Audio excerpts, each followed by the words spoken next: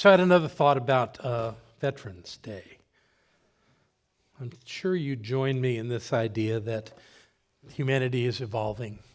And at some point, we're going to come to the point where we no longer require soldiers and sailors and airmen and Marines and Coast Guardsmen and Coast Guardswomen. That day is sure to come because our natural state is peace.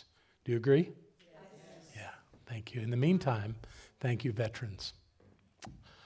The science of mind is built on the premise that we have no need to teach people what to think, but a deep interest in showing people how to think.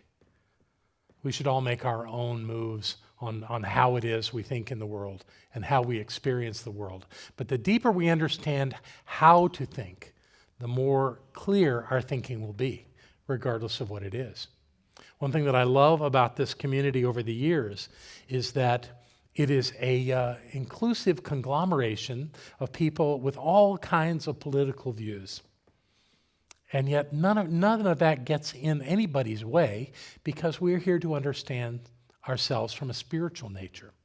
And by doing so, we can all be in the room with each other, love each other, support each other, because there's something greater going on, something our nation could use about now. So my topic today is, what do you want to be? What do you want to be?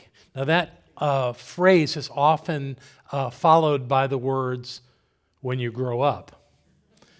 I'm not interested in whether you're going to grow up or not. I'm interested in what you want to be. Now,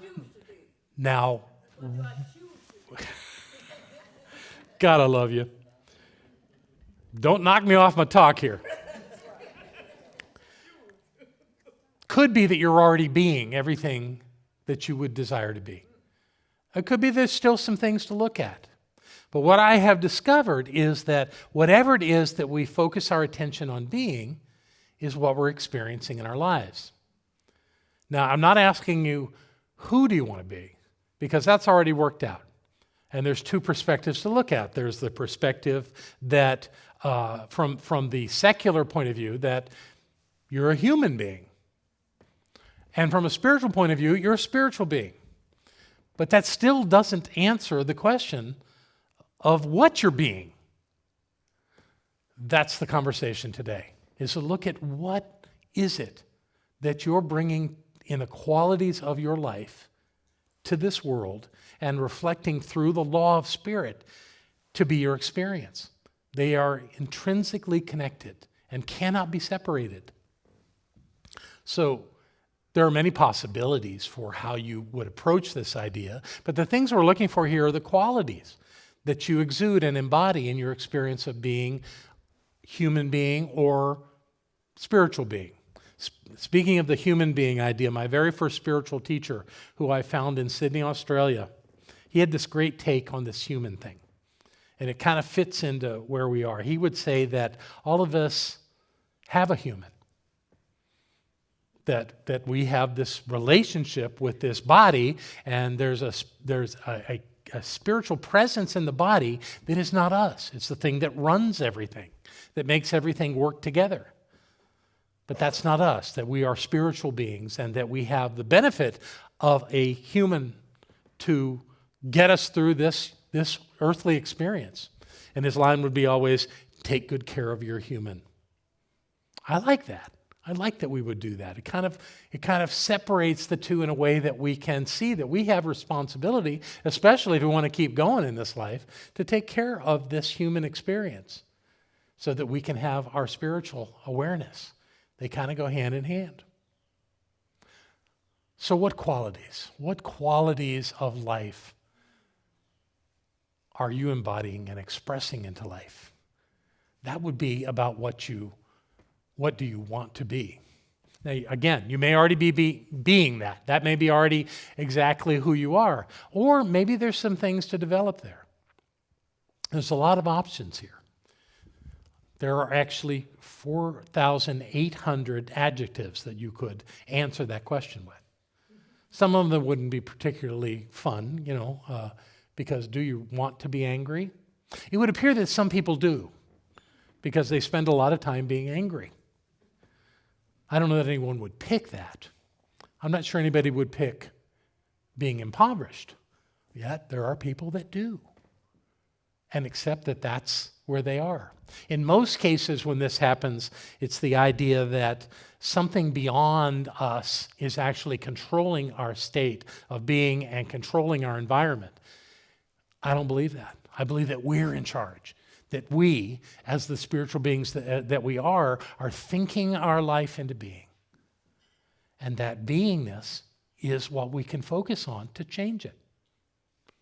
So I have a series of ideas that I want to share with you and talk about here so that we can consciously choose what it is that we're being as I ask you this question. So, here we go. Do you want to be vibrantly healthy? Now, virtually everybody would say yes to that. But vibrantly healthy is a certain standard. You know, it's got that adverb in front of the adjective that says, oh, it's more than just being healthy. And healthy is generally accepted as being a good thing, although health really is a word that runs the full gamut. How is your health? I'm healthy. Well, kind of those two attach a little bit. So you can be experiencing health in a way that's not particularly pleasant. But it's our choice. It's our way of choosing how to be in the world. And I love the word vibrantly healthy. That just speaks to me. And there's lots of other adverbs you can throw in front of that word and get a result that you want. So pick one that works for you if health is important. What I'm doing here to begin with is I'm looking at what I call the 4 pillars of the human experience. And the first one is health. So, vibrantly healthy. That's something I'm certainly working on. Since just a few weeks ago, I was diagnosed with prostate cancer. And if you were here last week, you heard that. And if you weren't, I'll do you a quick catch up in that this happened a few weeks ago. And working with doctors, we have chosen a path of recovery called radiation. Kind of freaky. But I've been in the process now, done the things that they've asked me to do, and this past week I did 3 radiation sessions. I'm still here. Although I had some anxiety in the beginning, the first day I come in, one of the technicians is trying to be chipper and cheery with me, and I'm in that state of I don't know what's going to happen. And so I was a little resistant. The next day when I came in, I asked for her forgiveness, so knowing that I support her in supporting me and knowing that this is something we're going to get through somewhat unscathed. One aspect of this is that I go into a room, and of course, everywhere where you go to the doctor, they take your temperature now, right? So one of the technicians holds up this device in front of my face, and I said, no, do it on my wrist. And she did, and it was the same one she got up here, so it was no big deal. She said, why did you ask me to do that? I said, well, some people say that ray that you're shooting at my head it could impact my pituitary. And then together we walk into a room that has a sign on the door that says, extremely high radiation, danger or warning or something. And I'm thinking, you're so silly, John. You're either safe or you're not, and you've agreed to this thing. So there's this big machine there that my oncologist is very proud of because it probably cost millions of dollars, and I wanted to show it to you. This is the sign in the waiting room, the reception area, a picture of this device that I sit on. That black part there, right there, is a table, and it has, when I get there, a blanket and a pillow and some other things. And I lay down on there, and that circle actually turns and gets to certain spots and stops and does its thing and returns, and it takes all of about 10 minutes. It's called Electra Versa HD. But I asked the technicians what they called it, and their name for it is Keith. And so I've added to that. Every morning that I come in there, I go, good morning, Keith of the Healing Light. Because that's the attitude that I want to have with this. I want to know that if I'm going to lay on that table and let this thing zap at my body, that it's creating that vibrant health that I'm seeking to have in my life. So that's been my experience for the last week. So consider how you would define the health that you want to be. Okay? That's the first one. The next one we've got is wealth. Do you want to be wealthy? What does that mean?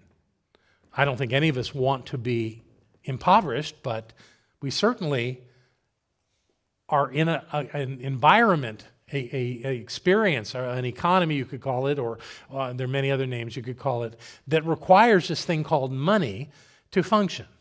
Now there's lots, that's changing quickly in the world. I mean, you've got this thing called Bitcoin and other cryptocurrencies that obviously are new and are impacting how these exchanges happen.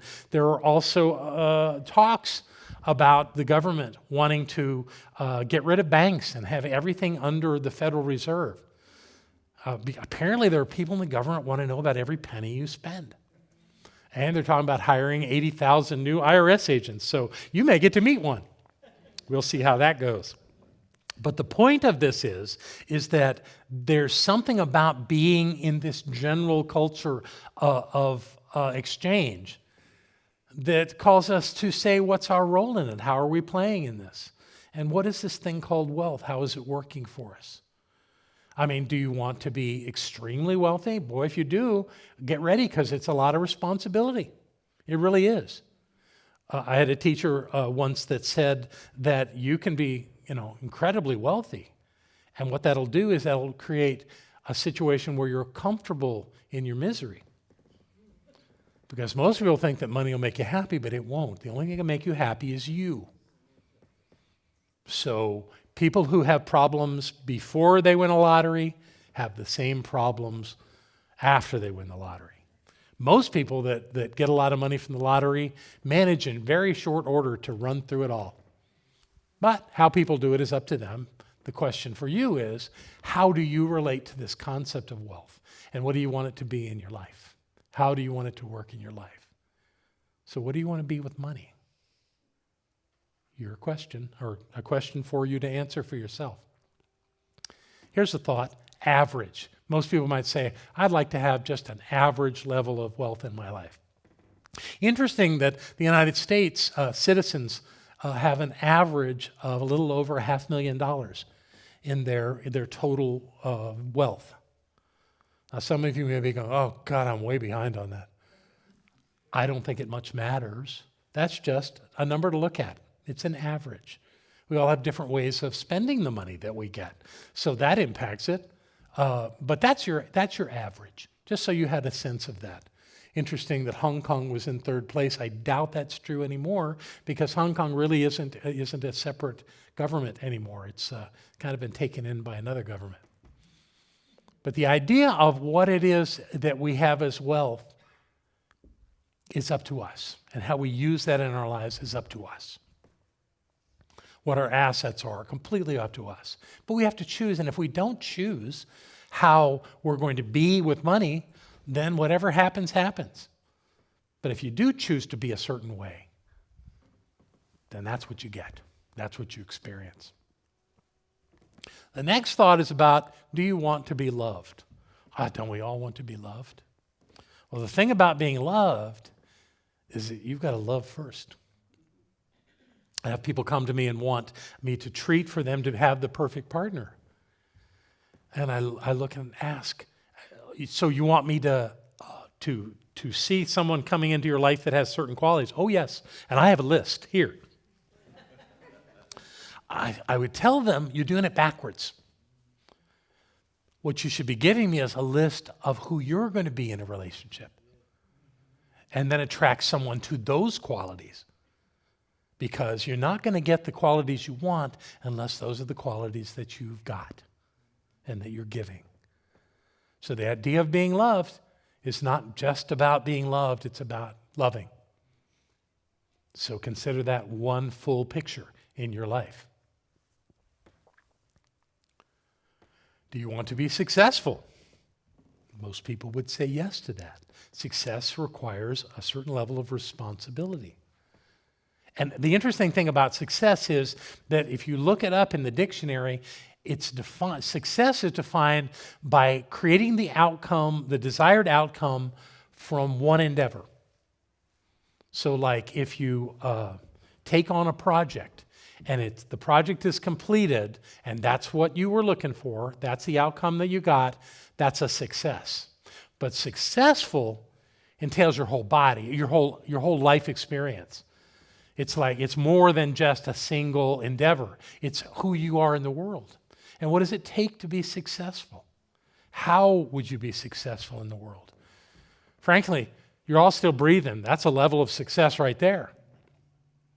But maybe there's something more that you want to succeed at, or you have succeeded at. Most of us that choose to be successful in life have put some thought into that, have identified our purpose and values to live by. And the idea from that, of course, is that if you live by those values, you're living a successful life. I don't think that money is a clear indication of success. I think success is a much deeper and more profound relationship with life than money. But success is real. And it is one of those four I mentioned, the four pillars of life. They are health, wealth, relationships, and self-expression. So being successful is how we can express into the world, but we have to choose it. We have to say, that's who I am, that's what I'm doing. It doesn't just come naturally by itself without you putting some intention behind it and then follow through on it. And then we go into another range of just general ones that I wanted to talk about. The next one would be happy. Do you want to be happy? And the important thing, of course, to understand about happiness is that it is self-proclaimed and self-directed, and it comes from us, not from anything else. How many people have I heard say, boy, if I just had this in my life, I'd be happy. Oh, that's no way to get there.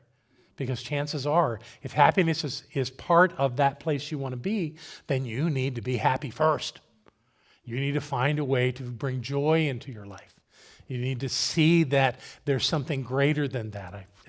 On happy, I had some words that were defining it. Feeling joyful, satisfied, content, and fulfilled. No wonder Barbara holds happy as her high state of being. Yeah, happy. You want to be happy? Be happy now. You want to be clear? That was my big word for so many years. I want to be clear. Well, clarity is an interesting thing. I think it's an important thing. But the thing to understand is that one thing that I got from being clear is that I could be absolutely wrong about a position I took. So it's not about being clear about the other person. It's being clear about who you are and what you believe and finding what's working and what's not. Anything that frustrates us is keeping us from clarity because we're not seeing the highest truth and we're not dealing with life from that place of absolute clarity. I suppose clarity can help you see things in other people, but not to the place that causes any judgment. If you fall into judgment, I guarantee you're not being clear. Clarity is to see the divine presence in everyone, which is a game that I always play when people are coming in to talk to me. I always say, here comes God into my office, disguised as this one.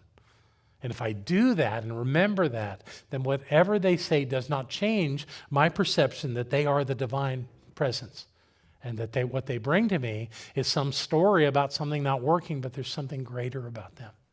And from that place, they bring themselves fully to me and to life. You want to be clear? Something to work on. You want to be helpful? I don't know. First thoughts when I wrote this down, the first one was, beware of those who come to help. Because sometimes when people want to help, they have their own agendas. And they think you should be a certain way, and if they're going to help you, they're going to help you be the way they want you to be. The other one was, I'm from the government, and I'm here to help. Not always all that helpful. And I'm not saying that we can't be helpful in our lives, but when we make that our intention is to be helpful, we have to be very discerning of how we do that. A word that I would use in place of helpful would be participatory. I want to participate with you. I want to share with you. I want to have a relationship with you. I don't want to tell you how to be. I don't want to push you in a certain direction. I want to love you just the way you are. And when we can do that, we can have glorious relationships. We can make wonderful things happen in our world. Helping is questionable. No, there's another one. There we go. Do you want to be powerful? This one can be confusing too, because we all want to be powerful. But what do we want to be powerful over or about? If it's other people, it's not going to work. If we think we have the ability to control another person or other people, that's not our work. Our work in the science of mind is not to teach people what to think. Everybody gets to think what they want. Everybody gets to do it exactly as they desire to do it. My power is about my thinking and my way of being in the world. That's what I have absolute power over.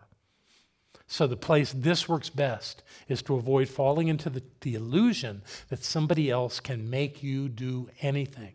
The most powerful place to be is to understand that no one can do that, that you are always at choice, that you are always making that choice about how you want to respond.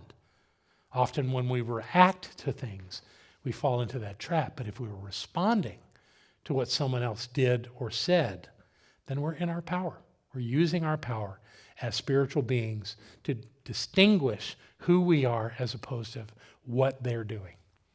And when we're clear about that, it really does help.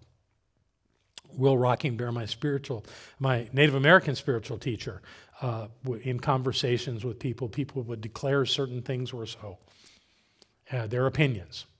And there were times when I heard him very clearly say, that's not true for me.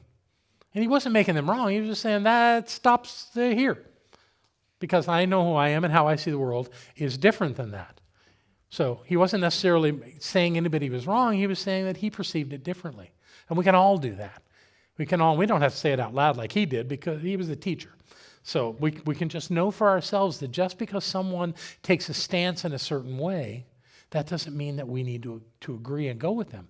We don't need to judge them. They're entitled to do whatever they want. And the things that we're experiencing in our culture right now are certainly opening us up to places where you can go, no, that's not where I am. That's not what I believe. And let them do what they do. All those things work out. So anytime you fall into the trap of finding wrongness in the world, remember, it's going to work out. It always has. It always will. That's how life works. So no need to get into a tizzy over it. It's okay. Everything's fine. It's working out. People are just experiencing life differently than you are in the moment. And they're entitled, as are you. So what do you want to be? It occurs to me that there may be some questions, if these few that I touched on, a very limited look. If you have questions about how that works in your life and maybe want to think about who it is that you want to be in the world, I have some quick questions for you. Let's run through these kind of quick here. So what are you passionate about? That will speak directly to who you want to be. What is it that turns you on and gets you going and excites you about life? Be that. Be involved in that. Let that be part of who you're being. What are your natural gifts and talents? Again, obviously, things that you came into this world with, things to do and to use. Rumi said that when we know our purpose and we use the things that we've been given, then we're on course in our lives. Otherwise, we're wasting our time. What significant outcomes have you or would you like to achieve? You've already done a bunch of stuff, so look at that. And what is it in that helps define your beingness in the world? And there's still more to do for every one of us. Who do you most admire? This is a little thing that we'll do in our membership class, where we talk about who is it that we admire and what is it about those people that is so important to us. Because if it lives in that person and we admire it, then it lives in us. Yeah. And that'll help you know exactly where you're going. To what are you committed that makes your life better? Yeah, most of us know that. We don't articulate it a lot, but when we remember that, then we can know who we're here to be. Knowing who we're here to be is important. Although there are times where we forget. Maybe years and years ago, you were very clear about where you were going, about who you were being in the world. Maybe it's not as clear today. Well, I think this pandemic has really caused a lot of us to be distracted and to look at other things than how we're living our lives fully and vibrantly in the world. So I want to bring you some words here that will speak to that. Words you probably heard before, maybe even from me, but it's one of the most powerful things that I've ever read. And it comes from this man, Howard Thurman, one of the great minds of the American experience. These are words that he wrote. Keep fresh before me the moments of my high resolve. Despite the dullness and barrenness of the days that pass, if I search with due diligence, I can always find a deposit left by some former radiance. But I'd forgotten. At the time, it was full-orbed, glorious and resplendent. I was sure that I would never forget. In the moment of its fullness, I was sure that it would illuminate my path for the rest of my journey. I had forgotten how easy it is to forget. There was no intent to betray what seemed so sure at the time. My response was whole, clean, authentic. But little by little, there crept into my life the dust and the grit of the journey. Details, lower-level demands, all kinds of cross-currents. Nothing monumentous, nothing overwhelming, nothing flagrant, just wear and tear. If there had been some direct challenge, a clear-cut issue, I would have fought for it to the end and beyond. In the quietness of this place, surrounded by the all-pervading presence of God, my heart whispers, keep fresh before me the moments of my high resolve, that in fair weather and in foul, in good times and in tempests, in the days when the darkness and the foe are nameless or familiar, I may not forget that to which my life is committed. Keep fresh before me the moments of my high resolve. And with that, please know that I love you. And I know that you are being wonderful things in this world. And it really makes a difference. God bless you all.